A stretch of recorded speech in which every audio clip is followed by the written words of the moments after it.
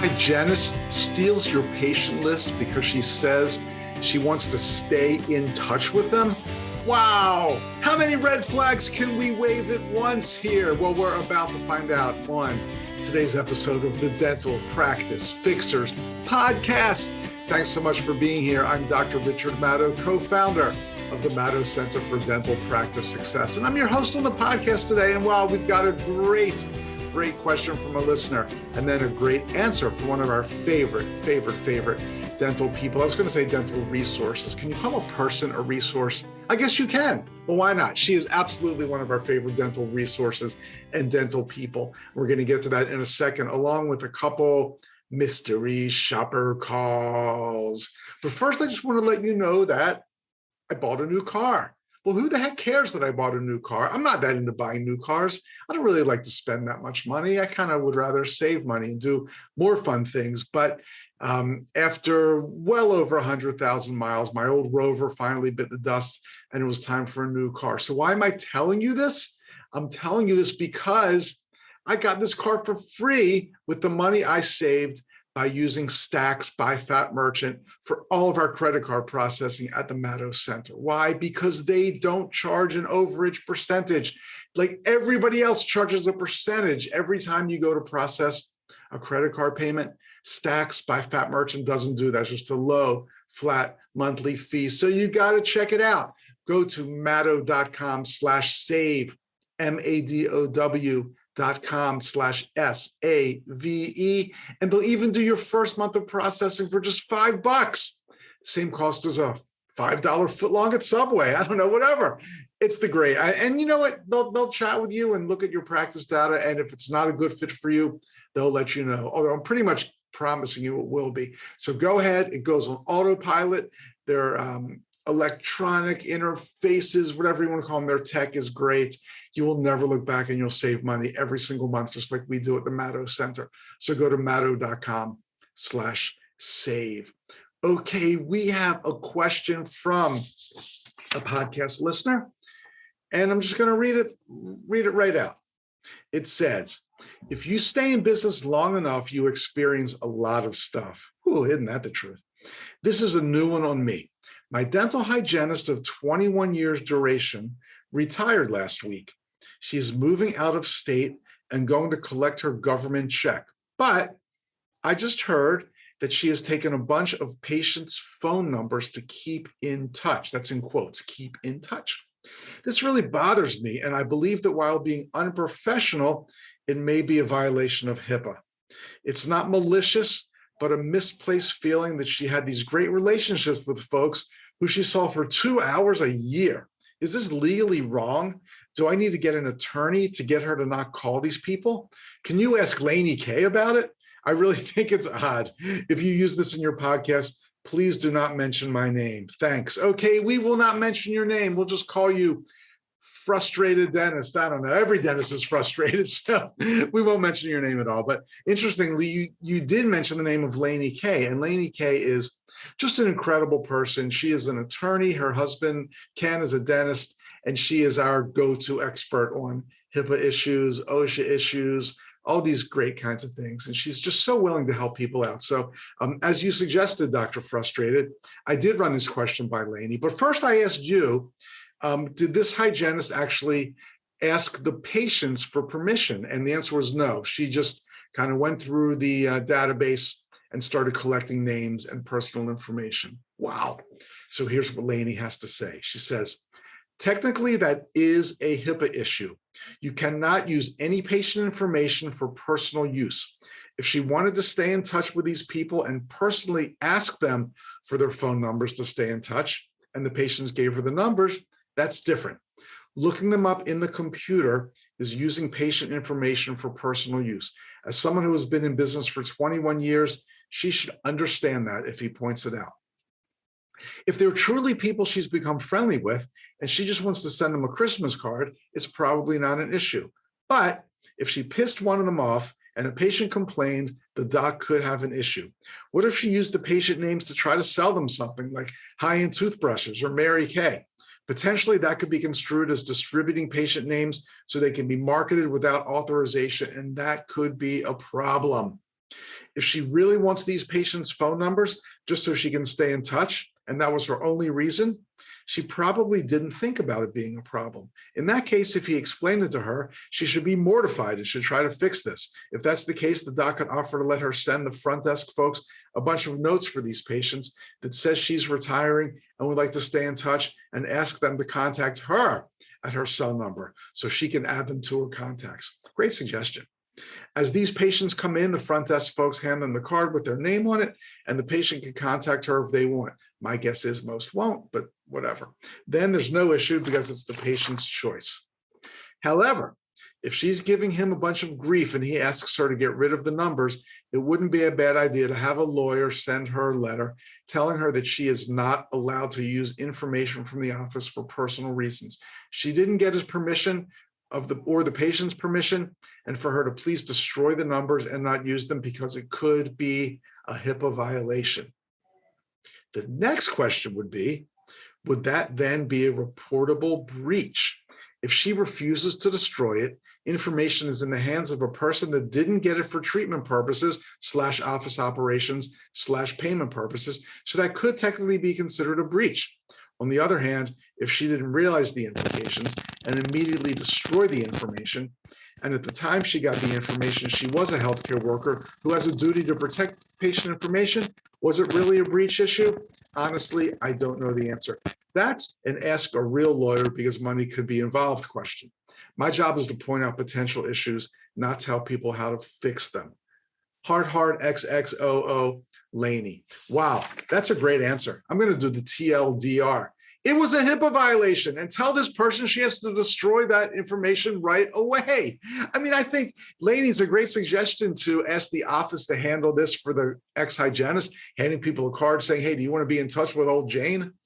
I think it's way too much work. I mean, it's a great suggestion if you're trying to avoid HIPAA issues, but I would just say, hey, retired hygienist, you can't have these names. You better prove to us that you destroyed them. If we hear of you reaching out to anybody, that's a HIPAA violation. I mean, geez, if she was that close with people, I think she would have had their contact information anyway. If she was really that good of friends, I'm not so sure. It's probably innocent, but bad things could come out of this, and a patient could get upset and complain, and then the office will be holding the bag. So I say, reach out to the hygienist, the retired hygienist, and say, no can do, bad, HIPAA violation.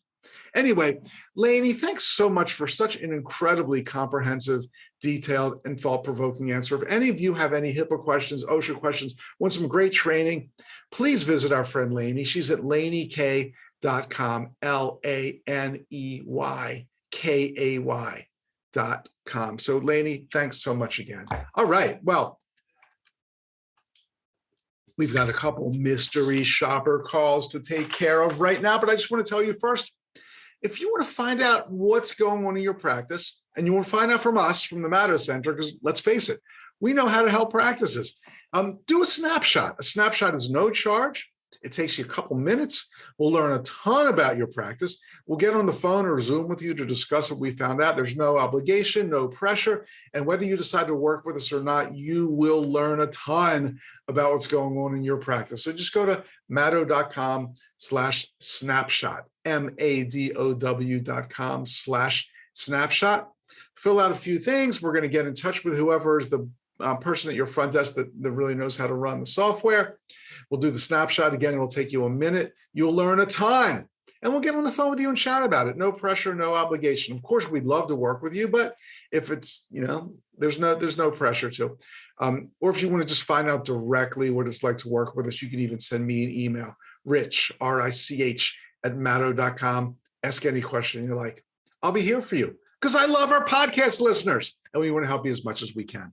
Okay, let's move on to our mystery shopper calls. We got 2 of them for you this week. And we start with a pretty simple premise. A patient is missing a tooth and they feel they need a dental implant. And they just ask the basic question, how much does that cost?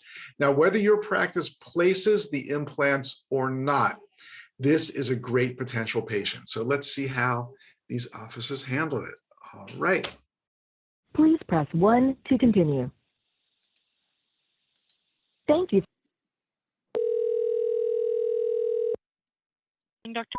office. This is Julie. How may I help you? Oh yeah, I'm missing a tooth, and I've heard about dental implants. Do you do dental implants there? No, sir, we don't. Usually those are placed by an oral surgeon or a periodontist, and then we do the final crown here. Okay, so I need to find an oral surgeon or periodontist. Yes, sir. The one that we usually recommend to is Dr. Okay.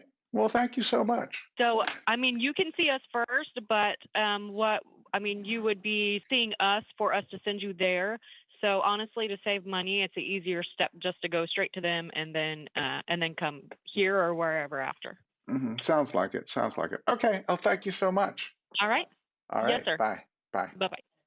Holy moly, horrible at best. So many things went wrong in this call. We're going to save you money without ever doing an exam and send you right to an oral surgeon. Now, look, an oral surgeon is not just going to do an implant without knowing more. And certainly something that they will want to know is who is your general dentist. And an oral surgeon can't just do an implant and send you off into the wild blue yonder. They have to know that this is going to be taken care of. So you need a general dentist. I mean, that's the first step. And again, how does this practice know that this patient needs an implant? Just because a patient calls and says, I'm missing a tooth, I need an implant, that doesn't mean they need an implant. There could be a million different scenarios, reasons why an implant's not indicated here, or why they need other treatment, periotherapy, whatever it is, before an implant is placed. So you have to see this patient first. Saying we're going to save you money and send you right to an oral surgeon is not only bad for the practice, it's 100% wrong for the patient. Oh man, what an opportunity. We'd love to see you first. Let's do an examination and make sure that an implant's the proper treatment. Many times it's not. If you want to go with the save you money thing, maybe we can even save you money if we see you first. So come on in. They got no contact information, no nothing. Send this patient off into the wild blue yonder. Oh, this was just handled horribly, horrendously. Get the patient in for an examination. I don't even care if it's a no-charge consult. Get them into your practice so you know what you're talking about. I mean, what are the odds that this patient just needed an implant and then an abutment and a crown? Very, very, very slim. So not only was this bad for the practice, it was absolutely the wrong thing for the patient. Okay, let's try this again. Same question, different office.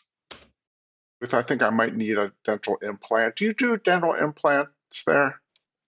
Yes, we do. Great. And how much does it use? Oh, go ahead. Have you seen before? No. No? No. Okay.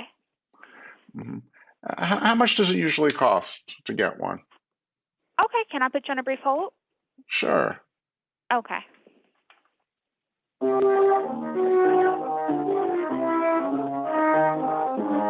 What is this whole music? OMG. This is horrendous.